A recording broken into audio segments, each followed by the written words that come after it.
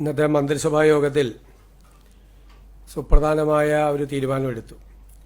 സംസ്ഥാന സർക്കാരിൻ്റെ ഇന്ദിരാ ഗ്യാരണ്ടി പദ്ധതിയുടെ ഭാഗമായി ആദ്യ മന്ത്രിസഭാ യോഗത്തിലെടുത്ത തീരുമാനം അനുസരിച്ച് ജൂൺ 15 മുതൽ പ്രായഭേദമന്യേ എല്ലാ സ്ത്രീകൾക്കും ട്രാൻസ്ജെൻഡർ വ്യക്തികൾക്കുമായി KSRTC ബസ്സിലെ ഓർഡിനറി സർവീസുകളിലെ ബസ്സുകളിൽ സൗജന്യ യാത്രാ സ്കീം ജൂൺ 15 മുതൽ നടപ്പിലാക്കുന്നതിന് അതിനുള്ള അംഗീകാരം നൽകാൻ വേണ്ടി തീരുമാനിച്ചു.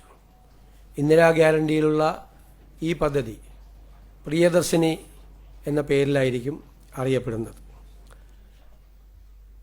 വരുമാനം കണക്കാക്കിയിട്ടില്ല, പ്രായം കണക്കാക്കിയിട്ടില്ല, കണ്ടീഷൻസ് ഒന്നും ഇല്ലാതെ ആദ്യം ഓർഡിനറി ബസ് സർവീസിലാണ് ആദ്യഘട്ടത്തിലെ ഈ പദ്ധതി സൗജന്യ യാത്ര തീരുമാനിച്ചിരിക്കുന്നത്.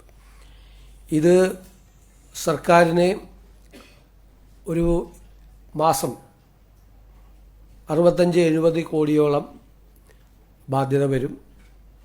800 കോടി രൂപയിലധികം ഒരു വർഷത്തിൽ KSRTCക്ക് അതിൻ്റെ വരുമാനക്കുറവ് വരും. ആ പണം സർക്കാർ KSRTCക്ക് നൽകും. ഇപ്പോൾ KSRTCക്ക് 1500 കോടി എല്ലാ വർഷവും കൊടുക്കുന്നുണ്ട്. ശമ്പളവും പെൻഷനും ഉൾപ്പെടെയുള്ള കാര്യങ്ങൾക്ക് ഒരു മാസം 125 കോടി വെച്ചാണ് കൊടുക്കുന്നത്. അങ്ങനെ ഒരു വർഷം 1500 കൊടുക്കുന്നതിൻ്റെ കൂടെ ഇതിനാവശ്യമായ തുക ഏകദേശം 750-800 കോടിക്കും ഇടയിൽ ഇതിൻ്റെ തുക വരും. അല്ല, ഞാൻ പറഞ്ഞിട്ട് പ്രതിമാസം 65-70 കോടിയോളം വരും ഇതിൻ്റെ ചിലവായിട്ട് കണക്കാക്കിയിരിക്കുന്നത്. അതാണ് 750-800 കോടിയോളം രൂപ പ്രതിവർഷം വരും. അപ്പം നിലവിൽ കൊടുത്തുകൊണ്ടിരിക്കുന്ന 1500 കോടി രൂപയ്ക്ക് പുറമെ ഈ പണം കൂടി സർക്കാർ KSRTCക്ക് നൽകും. KSRTC വരുന്ന 6 മാസത്തിനുള്ളിൽ അവരുടെ വരുമാനം വർദ്ധിപ്പിക്കുന്നതിന് വേണ്ടിയിട്ടുള്ള വിവിധ മാർഗങ്ങൾ ആരായണം എന്ന് അഭ്യർത്ഥിച്ചിട്ടുണ്ട്. ആ സർക്കാരിൻ്റെ അഭ്യർത്ഥന അവർ സ്വീകരിച്ചിട്ടുണ്ട്. 6 മാസത്തിനുള്ളിൽ KSRTCയുടെ വരുമാനം കൂടി കുറച്ചുകൂടി വർദ്ധിപ്പിച്ച് ഇതിൻ്റെ മറ്റൊരു ഘട്ടത്തിലേക്ക് കൂടി കടക്കാൻ പറ്റും എന്നാണ് സർക്കാർ കരുതുന്നത്.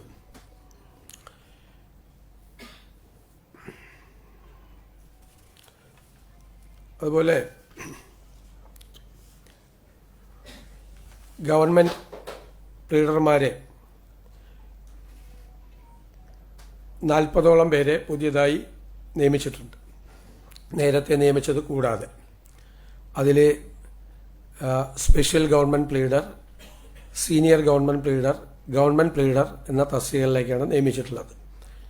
സ്റ്റേറ്റ് അറ്റോർണി ആയിട്ട് അനൂപ് നായരെ നിയമിച്ചു ഹൈക്കോടതിയിൽ. ഇത്തരം തീരുമാനങ്ങളാണ്, ഈ തീരുമാനങ്ങളെല്ലാമാണ് ഇന്നത്തെ മന്ത്രിസഭാ യോഗത്തിലെടുത്തത്. അല്ല, ഇത് ആദ്യഘട്ടത്തിലാണ് നമ്മളിത് നടപ്പാക്കുന്നത്. ഓർഡിനറി ബസ്സുകളിലാണ് നടപ്പാക്കുന്നത്.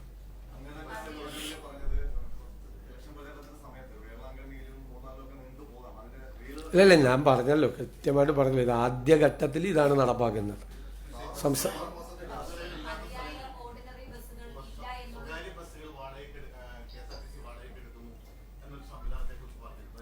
അല്ല, അതിനെക്കുറിച്ചൊന്നും ഇപ്പോൾ അതിനെക്കുറിച്ചുള്ള തീരുമാനങ്ങളൊന്നുമില്ല. KSRTC ഒരു സ്വതന്ത്രമായി വരുമാനമുണ്ടാക്കാൻ കഴിയുന്ന തലത്തിലേക്ക് KSRTCയെ ഉയർത്തുന്നതിന് വേണ്ടിയിട്ടുള്ള നടപടികൾ ഗവൺമെൻറ് സ്വീകരിക്കും. കൂടുതൽ വാഹനങ്ങൾ വാങ്ങി, കൂടുതൽ ഷെഡ്യൂളുകൾ നടപ്പിലാക്കി, കൂടുതൽ പരസ്യങ്ങൾ നൽകി വരുമാനം വർദ്ധിപ്പിക്കുന്നതിനുള്ള നടപടികളുണ്ടാകും. ഇത് നമ്മൾ പ്രഖ്യാപിച്ച പദ്ധതിയുടെ ആദ്യഘട്ടമായിട്ടാണ്. ഇപ്പോൾ തന്നെ ഞാൻ പറഞ്ഞതുപോലെ 750-800 കോടി രൂപ ഒരു വർഷത്തിൽ ഗവൺമെൻറ്റിന് അധിക ചെലവ് വരുന്ന ഒരു പദ്ധതിയാണ് ആദ്യ വർഷത്തിൽ തന്നെ. അത് KSRTCയുടെ നില കുറച്ചുകൂടി മെച്ചപ്പെടുത്തിയിട്ട് രണ്ടാം ഘട്ടത്തിനെ കുറിച്ച് നമ്മൾ ആലോചിക്കും.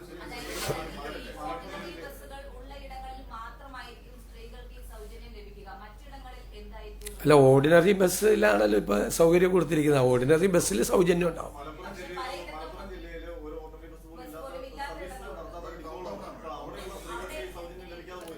അല്ല, അവിടെ അവിടുത്തെ സർവീസുകളിലെ 28% K S R T C ബസ്സുകൾ, 28% K S R T C ബസ്സുകളുണ്ട്. തിരുവനന്തപുരത്തുള്ളത്തരം K S R T C ബസ്സുകൾ മലപ്പുറത്ത് ഇല്ല എന്നുള്ളത് ശരിയാണ്. പക്ഷേ 28% ഉണ്ട്. ഓർഡിനറി ബസ് ഇല്ലായികയല്ല, 28% മൊത്തം സർവീസുകളിൽ 28% ഈ പറയുന്ന ജില്ലകളിലുണ്ട്.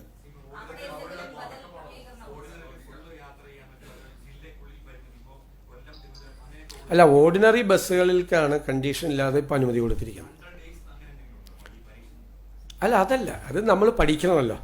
ഒരു പുതിയ സംവിധാനം ഏർപ്പെടുത്തുമ്പോൾ നമ്മൾ പഠിക്കും. അതിന് പരിമിതികളൊന്നുമല്ല, നമ്മളത് സ്റ്റഡി ചെയ്യും. എല്ലാ മാസവും നമ്മളത് റിവ്യൂ ചെയ്യും, എല്ലാ മാസവും. കാരണം ഒരു പുതിയ കേരളത്തിൽ ആദ്യമായി നടപ്പിലാക്കുന്ന ഒരു സ്കീമാണ്.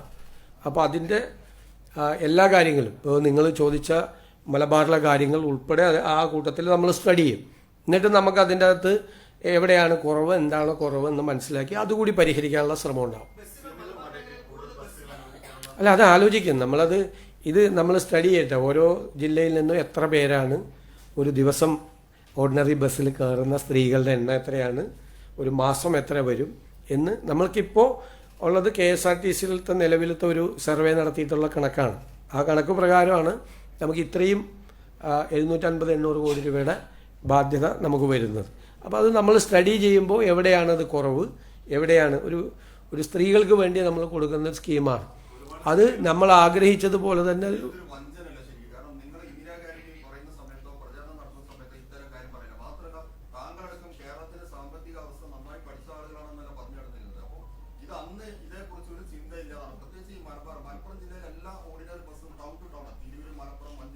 ഇത് 2-3 പ്രാവശ്യം ഇതേ ചോദ്യം തന്നെ 3 പേര് ചോദിച്ചിട്ട് ഞാൻ നല്ല ഭംഗിയായിട്ട് മറുപടി പറഞ്ഞതാണ്. അത് പഠിച്ച് അതിനുള്ള ഓൾട്ടർനേറ്റീവ് സംവിധാനം ഏർപ്പെടുത്തുന്നു. പിന്നെ വഞ്ചന എന്നൊക്കെയുള്ള വാക്ക് ആളുകൾക്ക്, സ്ത്രീകൾക്ക് കെ എസ് ആർ ടി സിയിൽ സൗജന്യ യാത്ര ഓർഡിനറി ബസ്സുകളിൽ അനുവദിക്കാനുള്ളൊരു സ്കീം 800 കോടി രൂപയോളം വരുന്നൊരു ബാധ്യതയുള്ള ഒരു സ്കീം പ്രഖ്യാപിച്ചിട്ട് വഞ്ചന എന്ന് പറയുകയാണെങ്കിൽ താങ്കൾ പ്രതിനിധാനം ചെയ്യുന്ന സ്ഥാപനത്തിൻ്റെ അഭിപ്രായമായിട്ട് അത് നാളെ എഴുതിക്കോ, സ്ത്രീകളെ വഞ്ചിച്ചു എന്ന് പറഞ്ഞു. അല്ലാതെ ഞാൻ വേറെ അഭിപ്രായം അതിനെക്കുറിച്ച് പറയുന്നില്ല. പക്ഷേ ആ വാക്ക് ഒന്നും കൂടി ആലോചിക്കും. നിങ്ങൾ മാധ്യമപ്രവർത്തകരല്ലേ, ആ വാക്ക് ഒരു വലിയ പ്രധാനപ്പെട്ട സ്കീം. കേരളത്തിലെ പാവപ്പെട്ട സ്ത്രീകളാണ് ഇതിൻ്റെ അത് യാത്ര ചെയ്യുന്നത് കൂടുതൽ, ബഹുഭൂരിപക്ഷം പേർ. അല്ല, ലെറ്റ് മീ കംപ്ലീറ്റ്. ഞാനൊരു ഉത്തരം പറഞ്ഞുകൊണ്ടിരിക്കുമ്പോൾ അങ്ങൊരു പ്രസംഗം പോലെ ഒരു ചോദ്യം ചോദിച്ചു, അതിന് ഞാൻ ഉത്തരം പറഞ്ഞുകൊണ്ടിരിക്കുകയാണ്. അങ്ങനെ അസ്വസ്ഥരാവല്ലേ. നിങ്ങൾ 3 പേരും ചോദിച്ചുകൊണ്ടിരിക്കുകയാണ്, ഒരേ ചോദ്യം ചോദിച്ചുകൊണ്ടിരിക്കുകയാണ് 3 പേരും. ഇനി വേറെ ആർക്കെങ്കിലും ചോദിക്കാനുണ്ടെങ്കിൽ ചോദിക്കും. അവരുടെ ചോദ്യത്തിന് ഞാൻ മറുപടി പറഞ്ഞേ.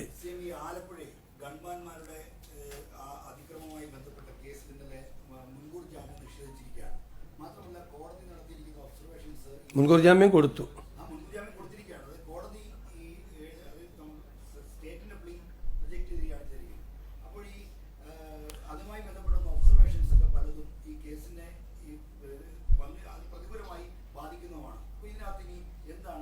അല്ല, അത് ഉറപ്പായിട്ട് പരിശോധിക്കും. കോടതിയുടെ ഓരോ നടപടിക്രമങ്ങളുടെ ഭാഗമായിട്ട് ചിലപ്പോൾ ആൻറ്റിസിപ്പേറ്ററി ബെയിൽ കൊടുക്കും, ചിലപ്പോൾ ആൻറ്റിസിപ്പേറ്ററി ബെയിൽ റിജക്റ്റ് ചെയ്യും. അത് കോടതിയുടെ ദൈനംദിന നടപടിക്രമങ്ങളുടെ ഭാഗമായിട്ടാണ്. അത് എന്തുകൊണ്ടാണ് അങ്ങനെ സംഭവിച്ചത് എന്ന് പരിശോധിക്കും തീർച്ചയായിട്ടും.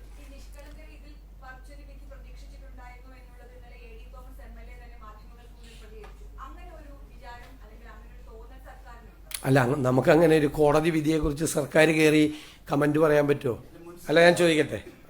ഞാൻ ചോദിക്കട്ടെ, സർക്കാർ കോടതി ഒരു വിധി പറഞ്ഞു, ആൻറ്റിസിപ്പേറ്ററി ബെയിൽ ഉള്ള അവരുടെ ആപ്ലിക്കേഷൻ അനുവദിച്ചു.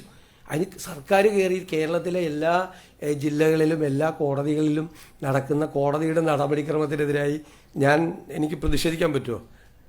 അതിനെക്കുറിച്ച് കമൻറ്റ് പറയാൻ പറ്റില്ല. അതൊരു കോടതിയുടെ നടപടിക്രമത്തിൻ്റെ ഭാഗമായിട്ടാണ്. വേറെ ഓപ്ഷൻ ഗവൺമെൻറ്റിൻ്റെ അകത്തുണ്ട്, ഓപ്ഷനുണ്ട്, അതെല്ലാം പരിശോധിക്കും.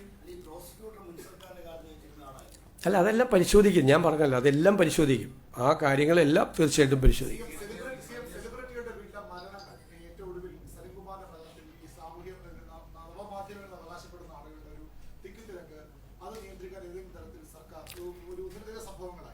ഇതൊക്കെ നിയമം കൊണ്ട് നിയന്ത്രിക്കേണ്ട ഒരു കാര്യങ്ങളല്ല. ഞാൻ തന്നെ വളരെ ദേഷ്യപ്പെട്ട് അവരോട് സംസാരിച്ചു. കാരണം ഈ ഓണർ കൊടുക്കാൻ പോലീസിന് പറ്റുന്നില്ല, കുടുംബാംഗങ്ങൾക്ക് അവരുടെ കർമ്മങ്ങൾ ചെയ്യാൻ അവരെ അനുവദിക്കുന്നില്ല. വല്ലാത്തൊരു സ്ഥിതിയായിരുന്നു. അപ്പോൾ ഞാനാണ് ആദ്യം അതിനോട് പ്രതികരിച്ചത് നിങ്ങൾ മാറി നിൽക്കണം, കുടുംബത്തിന് ഈ കർമ്മങ്ങൾ ചെയ്യാൻ അവരെ അനുവദിക്കണമെന്ന് പറഞ്ഞത്. അതുമാത്രമല്ലല്ലോ, സലീം കുമാർ രോഗബാധിതനായി കിടക്കുമ്പോൾ സോഷ്യൽ മീഡിയയിൽ വലിയൊരു അറ്റാക്ക് നടന്നു. ചത്തുകൂടെ എന്നാണ് ചോദിച്ചത്. എന്താണ് ആ മനുഷ്യൻ ചെയ്ത തെറ്റ്? മരിച്ചു കഴിഞ്ഞിട്ടും വളരെ മോശമായ രീതിയിലുള്ള സോഷ്യൽ മീഡിയ പ്രചരണം നടന്നു. ഇത് നമ്മുടെ കേരളത്തിലാണോ ഇത് നടക്കുന്നത്? ദേശീയ അവാർഡ് നേടിയ ഒരു നടനാണ്, മലയാളികളെ കുടുകൂടെ ചിരിപ്പിച്ചൊരു നടനാണ്. എല്ലാവർക്കും ഇഷ്ടമുള്ള ഒരാളെക്കുറിച്ച് എന്തും സോഷ്യൽ മീഡിയയിൽ പ്രചരണം നടത്താം.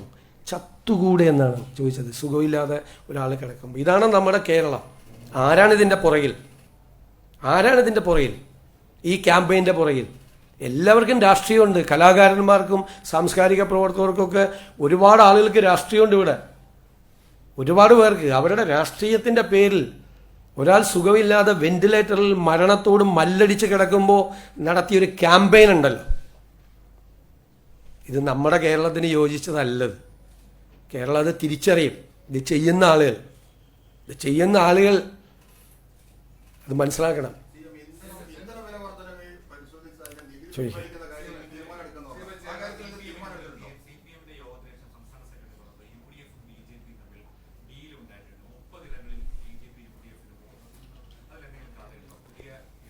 ഞാൻ നേരത്തെ തന്നെ ഒരു അഭിപ്രായം പറഞ്ഞു, CPM-നെ തോൽപ്പിക്കാൻ എളുപ്പമാണ്, പക്ഷെ തോറ്റെന്ന് അവർക്ക് ബോധ്യപ്പെടാൻ വലിയ പാടാണ്. അവർ ബോധ്യപ്പെടാൻ അതിൻ്റെ ഭാഗമായിട്ട് സത്യത്തിൽ ആ ചർച്ചയാണോ അവരുടെ ജില്ലാ കമ്മിറ്റികളിൽ നടന്നത്?